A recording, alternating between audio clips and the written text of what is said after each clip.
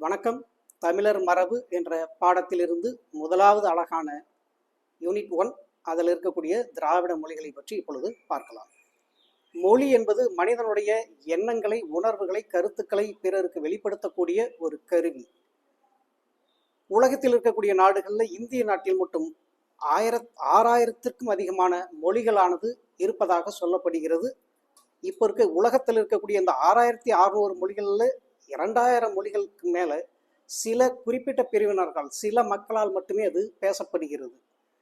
இந்தியாவில் தான் அதிகமாக 1662 மொழிகளுக்கு மேல் பேசப்படுவதாக சொல்லப்படுகிறது. தென்னிந்திய பகுதிகளில் பேசக்கூடிய இந்த மொழிகளை நாம் திராவிட மொழிகள் என்று அழைக்கின்றோம். முதல்ல இந்த திராவிடம் என்ற சொல்லை பயன்படுத்தியவர் யார் அப்படின்னு சொல்லி பார்த்தீங்கன்னா, குமரில பட்டர் அப்படின்னு சொல்லக்கூடியவர். அவர்தான் இந்த திராவிடம் என்ற சொல்லை முதல்ல பயன்படுத்தினார். இந்த மொழிகள், அதாவது தென்னிந்தியா என்று சொல்லக்கூடிய இந்த தமிழ்நாடு, கேரளா, கர்நாடகா, ஆந்திரா இந்த பகுதியில் இருக்கக்கூடிய இந்த மொழிகளை தென்னிந்திய மொழிகள் என்று அழைத்தவர்கள் மொழியியல் அறிஞர்கள். அதில் குறிப்பாக கால்டுவெல் என்று சொல்லக்கூடிய அயர்லாந்து நாட்டு அறிஞர் தான் இந்த மொழிகள் எல்லாம் ஒரே குடும்பத்தை சார்ந்தது, அது திராவிட மொழி குடும்பத்தை சார்ந்தது என்று சொல்கின்றார். இந்த திராவிட மொழி குடும்பத்தில் மிகவும் பழமையான மொழி என்று பார்க்கின்ற பொழுது தமிழ் மொழி தான் அனைத்து மொழிகளுக்கும் மூல மொழியாக இருக்கின்றது, தாய்மொழியாக இருக்கின்றது என்ற கருத்தை அவர் வலியுறுத்துகிறார். தமிழ் மொழியோடு சேர்ந்துதான் பல மொழிகளானது தோன்றியிருக்க வேண்டும். இதற்கு முன்னால் ஒரு கருத்தானது நிலவி இருந்தது, சமஸ்கிருதத்தில் இருந்துதான் பிற மொழிகளானது தோன்றியது என்று சொல்லி. முதலாக கால்டுவெல் என்பவர் தான் சமஸ்கிருதம் என்பது இந்தோ ஆரிய மொழி குடும்பத்தை சார்ந்தது, இந்தோ ஐரோப்பிய மொழி குடும்பத்தை சார்ந்தது, திராவிட மொழி என்பது தனி குடும்பம், சமஸ்கிருதத்தில் இருந்து தமிழ் தோன்றியது அல்ல என்ற கருத்தை வலியுறுத்துகிறார். சரி, முதல்ல இந்த மொழி குடும்பங்கள் அப்படின்னு சொல்லி பார்க்கும் பொழுது இந்தியாவில் மொத்தம் 4 வகையான மொழி குடும்பங்கள் தான் முதன்மையான மொழி குடும்பங்களாக சொல்லப்படுகிறது. ஆனால் 6 வகையான மொழி குடும்பங்களானது உண்டு. முதல்ல இந்தோ ஐரோப்பிய மொழி குடும்பம், திராவிட மொழி குடும்பம், ஆசிய மொழி குடும்பம்,